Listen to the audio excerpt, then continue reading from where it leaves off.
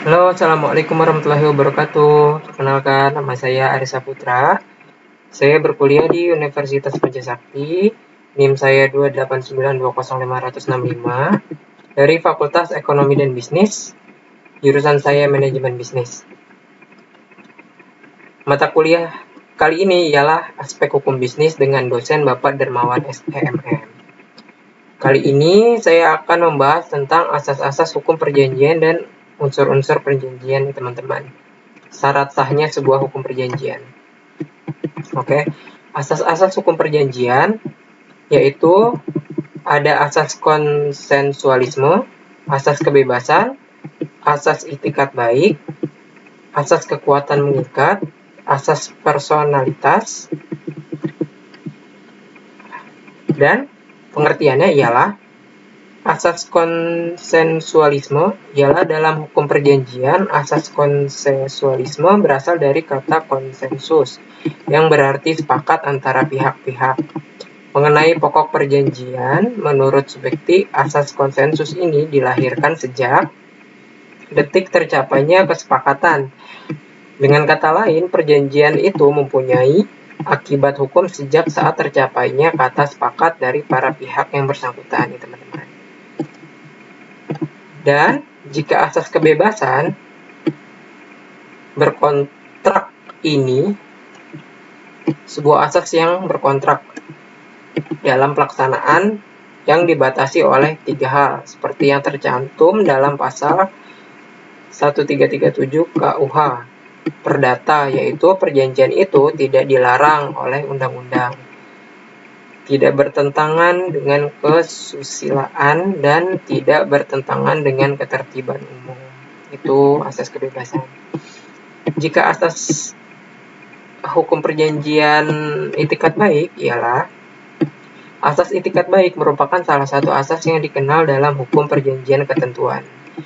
Jadi, ketentuan ini diatur dalam pasal 1338 ayat 3 KUH Perdata bahwa perjanjian harus dilaksanakan dengan itikat baik dalam perundingannya atau perjanjian antara para pihak atau kedua belah pihak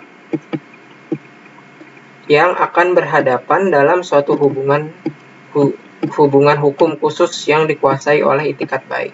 Dan hubungan khusus ini membawa akibat lebih lanjut bahwa kedua belah pihak itu harus bertindak dengan mengikat kepentingan-kepentingan yang wajar dari pihak lain.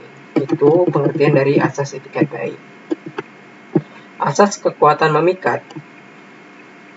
Asas kekuatan mengikat atau asas pascasun servanda ini berkaitan dengan akibat dari perjanjian. Arti dari pancasun servanda adalah bahwa perjanjian yang dibuat secara sah mempunyai kekuatan mengikat dan berlaku sebagai undang-undang para pihak yang membuatnya, sehingga para pihak harus tunduk dan melaksanakan mengenai segala sesuatu yang telah diperjanjikan. Itu pengertian dari kekuatan dari asas kekuatan mengikat.